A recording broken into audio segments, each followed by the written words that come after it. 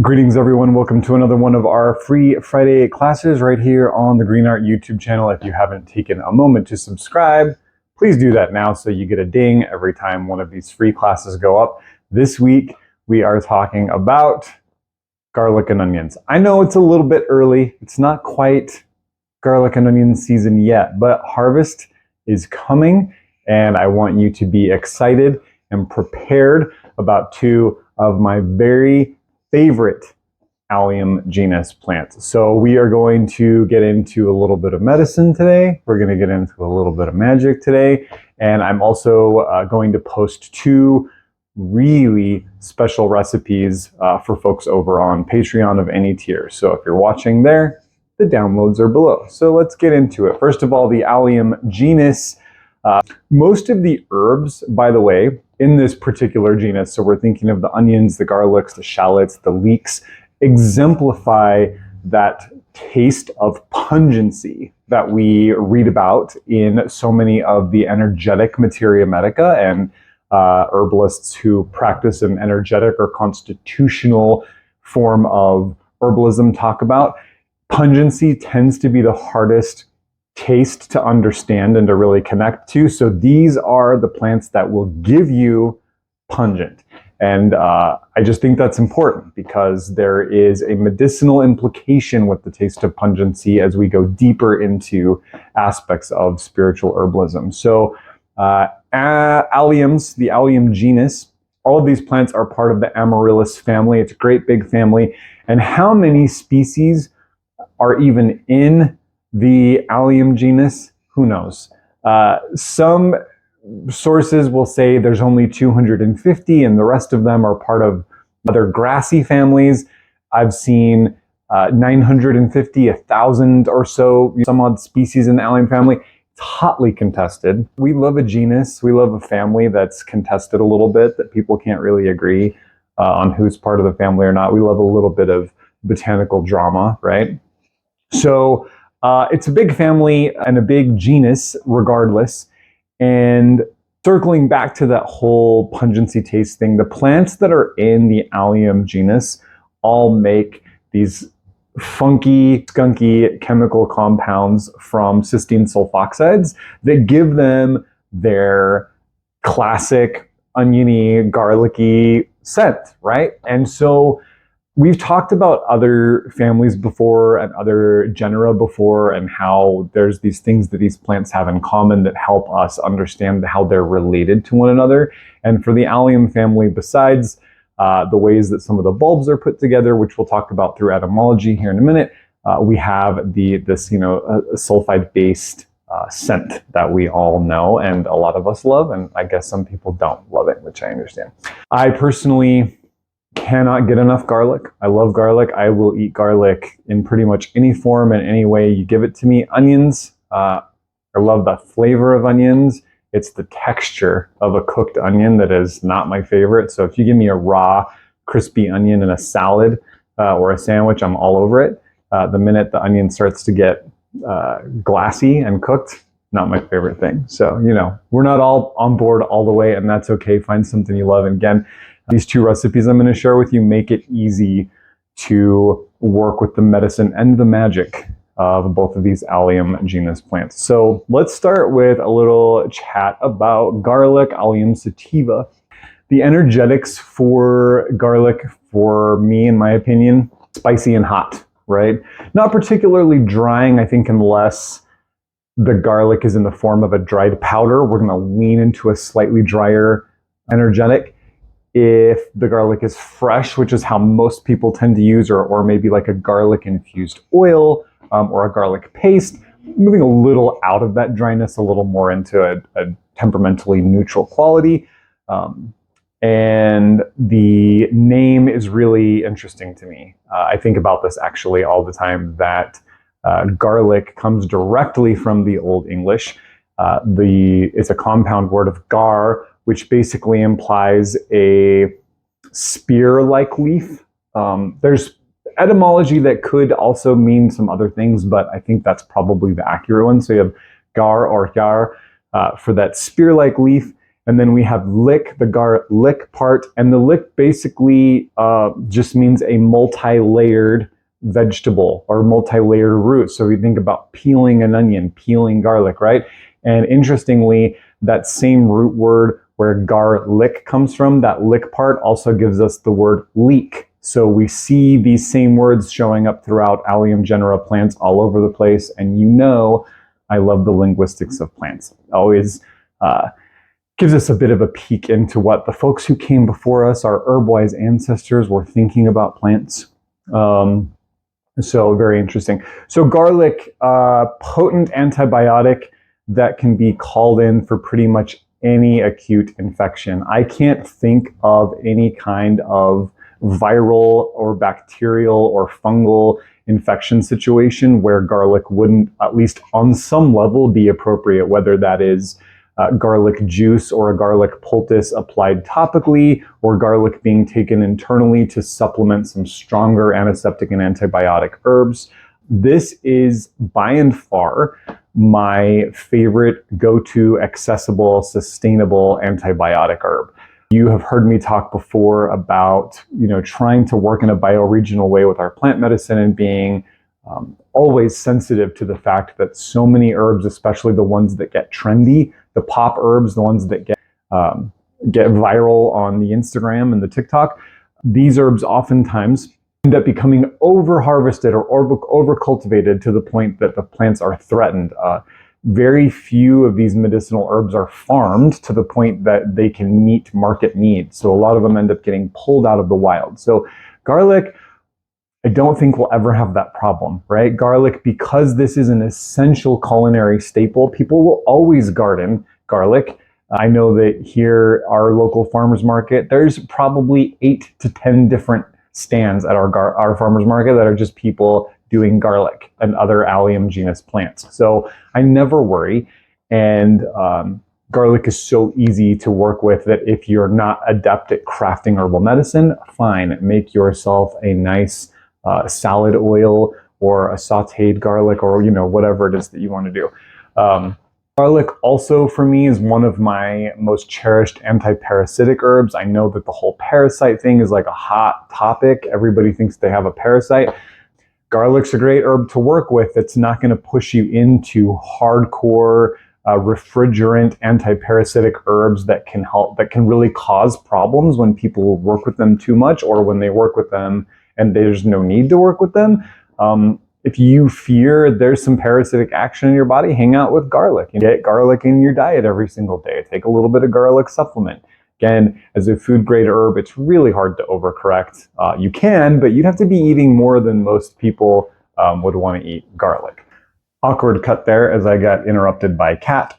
So as I mentioned earlier, there are topical applications of garlic, and when folks come to see me with fungus, with fungal issues, toenail fungus, all of that, there are a bunch of herbs that I think of to work with both internally and externally, but please do not overlook the simple efficacy of garlic for worms, for fungus, toenail fungus. What I like to do is take fresh garlic, peel it, cut it, crush it, leave it out for about 15 to 20 minutes to let the garlic develop. And then I just mince or mash that into an oil base to create kind of a paste texture and put that on. No, it does not smell great, but yes, it is incredibly effective. So we get a little bit of a trade. And some of these things you can just have that garlic on overnight and then wash it off in the morning. And that cutting down into an oil base is important because of that spicy, hot energetic of garlic. Garlic can burn some people. It can get really roborificent to the skin and really irritate and aggravate. So we want the oil in there to soothe and cool and moisten and pacify some of the intense heat of the garlic. If you are really sensitive to the garlic burn, you are going to want to work with a cooler oil like coconut. That will help. So the purifying, protecting, cleansing, antitoxic, antiparasitic effects of garlic on both the physical and energetic levels are massive, right? We see throughout most all plant folklore, and we're going to have the same conversation around onion. people talking and extolling the virtues of garlic and onion in the same ways across time and space and in just uncanny levels, right? So when we look at these physical applications for the virtues of garlic, we can easily translate that to the energetic application. So when we think about invading pathogens, right? Bacteria, viruses, fungus, worms, parasites coming into our bodies and causing havoc. We can also think about what that feels like in our life when we have external energies or toxic situations or parasitic people, or whatever it is, come into our life. It's the same herbs that we want to work with. It's the spirit of the herb, their wisdom, intelligence, and virtues that can come in and give us that magic and medicine, regardless of whether it's happening on an internal or external level. So many stories about garlic. I'm going to share just a few of my favorites. First, there's a lot in the lore about ensuring you grow garlic in the garden to protect the home. Sometimes from thieves, sometimes from fire, sometimes from misfortune or malefic witchcraft influences. But this happens so much that I always like to have just a few bulbs of garlic growing in my garden. They are so easy to attend to. They're so forgiving, and the garlic stalks themselves, I think, are really beautiful. And really, all of the Allium genus plants, when they flower, and sometimes you get the nice kind of firework flower, they're just beautiful to have around, and they really do bring that protective energy, cleansing energy, which I really like. You can also follow tradition and hang a garlic rope in the house for protection. Usually that's in the kitchen or around the hearth, the heart of the home, the center of the home. And one interesting thing that we see with a lot of allium plants is this concept of rubbing the plant material on the body. Now, I'm not going to say much here because I'm actually going to give you some ritual concepts when we talk about onion here in a second. But this idea that these very pungent, very antiseptic herbs can be brought into direct physical contact with the body and somehow pull out or draw out malefic influence, illness, injury, sickness, pathogenic invasion, whatever. So consider that. We're going to circle back and kind of finish that thought with onion, because onion is fantastic at that. And one of my favorite, and this is the last one that we'll do so we can start talking about onions. One of my favorite is a few different stories from various grimoires that talk about having an entity like a spirit or a demon or whatever in your presence, right? So you're aware that that spirit is there and they're causing you some trouble. And one of the remedies is to just take a big bite out of garlic, right? Like you're just biting into it like an apple. They're not clear on whether it has to be swallowed or not, but I assume probably it does, because you want the internal effect of pushing out, of diaphoresis, of antiseptic, antitoxic properties. And then you kind of do this conscious breathing into the face of the demon, right? Breathing into the face of the bad spirit. Now, all of us have had the experience of having somebody that we love and forgive, right?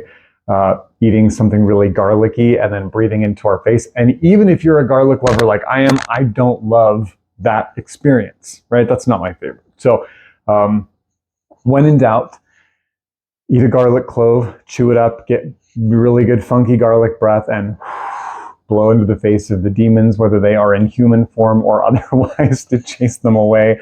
I thought that was really funny. I think about that all the time. Onions. We focus on onions more as a food than a medicine. I don't think I've ever heard or seen of anybody doing an onion tincture or even encapsulating onions, both things you can definitely find with garlic. Of course, onions show up in some of our medicinal formulas like fire ciders and electuaries and oxymels. But really, onion is more of a food staple and a really exemplary plant when talking about food being medicine. That some of the foods that are common in our kitchens are so strong and so connected in kinship to the human experience that they really straddle the line between, what is food for nourishment and what is food that is actually causing a medicinal or transformative effect in the body beyond just macronutrients, right? So onions have a bunch of different compounds in them, more than will fit into the scope of this class, but there are a few that I want to mention. First is this compound quercetin, which is important to get through the diet, but sometimes is a little hard, especially with the standard American diet. And quercetin is one compound that has some really good research behind it for being loaded into the body and having sort of prohibitory effects on cancer-causing elements. So this is not me saying that onions cure cancer or prevent cancer, but that onions contain quercetin and other important compounds that seem to have some kind of influence into how well the body can protect itself from cancerous elements. So something to consider. Revisiting that same sulfur compound that we see in most of the allium plants that give the pungent scent and taste. The sulfur compounds, especially in onions, can help protect us from a buildup of cholesterol. They can help break down blood clots, which helps reduce the risk of heart disease and stroke. Really good cardiovascularly. And I find that the heat, the spiciness of garlic and onions really invigorates the blood. It gets the blood moving. I think that's why, in addition to just the time of year that we harvest them and how well they keep as a food that can be kept in a basement or a food pantry, they do help warm the blood over the cold months, right? They're herbs that we can really rely on to keep some heat in the body when it gets cold outside, so that's nice. Both quercetin and the sulfur compounds can help with healthy insulin production, which is really good. Again, leaning into blood state and ensuring that the blood stays harmonized. Flavonoids could play a role in lowering cognitive debilitation issues like Alzheimer's. This is newer research, but we know that flavonoids are a really important part of plant medicine. And onions throughout pretty much every culture that has a relationship with onions are touted as being a food of longevity, of health, of restoration, a tonic herb, a tonic food. So really important to heed that wisdom that gets handed down. And as I mentioned, I really feel that onions carry a lot of the same medicinal benefits that garlic does, maybe with a little bit less intensity, but still a food that, however you can work onions into your diet, you will be benefiting from, the immune strengthening, the antitoxic, the blood moving and blood cleansing effects of this herb, not to mention all of the magical properties, which we should talk about right now. So there are layers and layers, pun intended, to onion magic. I want to talk about just a few of my favorite things. First, and we see this in a lot of different plant lore cultures, plant lore traditions, is that an onion halved, so cut in half so that when you're looking at it, you can see the rings, kind of like when you cut a tree, right? Placed in the home. This is sometimes on the hearth, sometimes under the sink, various different places, that onion will act to call in and absorb negative, ill, toxic, malefic energies from the home. And as that happens, you will actually be able to see the onion kind of shrivel and get gross. And that's sort of our meditation on that onion drawing everything. And then when it's done, we take the onion outside. I like to take it out my back door, right? Kind of symbolizing passing it, letting it go. And I make some offering to both onion and to the land. And then I bury that back in the land to replace it and to hand it over into the mysteries of compost. So that is a really powerful and simple ritual. And you could really kind of just always have one going. You could, cut the butt off of every onion that you cut in your kitchen and keep that onion until it dries out and then get rid of it and start a new one. You could have onion work around the full moon. And of course, the full moon can relate to both garlic and onions as they have some lunar qualities, even though they do run hot.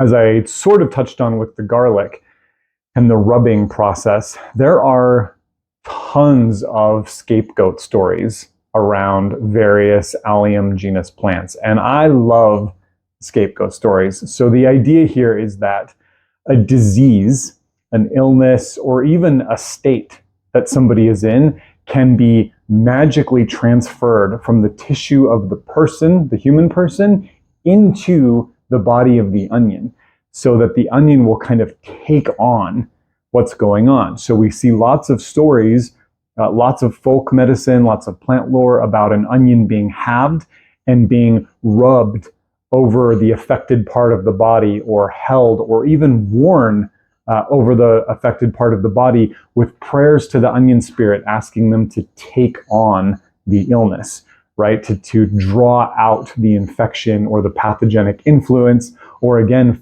in my opinion, we can even ask onion to soak specific things up from our lives to draw that toxicity out of our lives. And then that ritual needs to be the same, that we're taking the plant material outside with prayers, with offerings, and burying them. We don't want to eat them afterwards. We don't want to keep them in the house because they have absorbed all of that which we are trying to get rid of.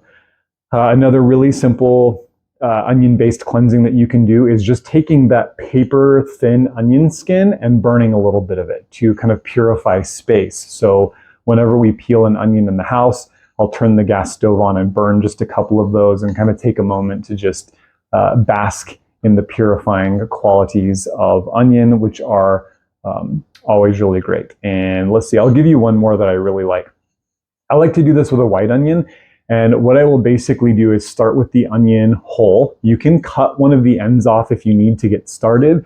And this is when you need to sort of work through a blockage, right? You're blocked, you're stuck, you don't know where to go next. Every kind of feels like all the doors have been locked. And what you can do is just kind of sit, and it's a moving meditation that I think creates some brain plasticity. It kind of drops us into an altered state of consciousness, and is of course a petition to the onion spirit to ask for their help in helping us solve a problem. And you just sit slowly, methodically, intentionally, and peel the onion, right? So first the skin comes off, and then that kind of peely membrane comes off, and then you're just going layer after layer after layer. And the idea is that as you're peeling that onion, you are peeling away obstacles. You're getting down to the heart of things. You're getting to the core of the matter. You're getting to the heart of where the solution is. And just this little onion ritual can really help us have some aha moments, right? Maybe not in the moment, maybe it comes later on, but it really, it's a ritual, right? So it gets the universe on board with our process. It, of course, invokes the plant spirits in this case, which we always love, and that's great. So a bit about garlic and onions, two of my favorite plants, and two plants that are so accessible to bring into everyday diet, everyday cooking. If you're somebody who has allium sensitivities or allergies, consider looking up some of the charms and folklore around these plants where they're just, again, hung in the home or carried or made into charms or talismans. That's there for you. And for folks on the Patreon, there is a download PDF booklet below. It's got two really important recipes that I want to share with you. It's got an immunity wellness shot that I love to make all year long, and it's got my recipe for a modern take on the deeply cleansing Four Thieves vinegar. So with that, I will send you out into the world next time you're at the market. Spend a little time showing some love to those garlic and onions. I'll see you next week.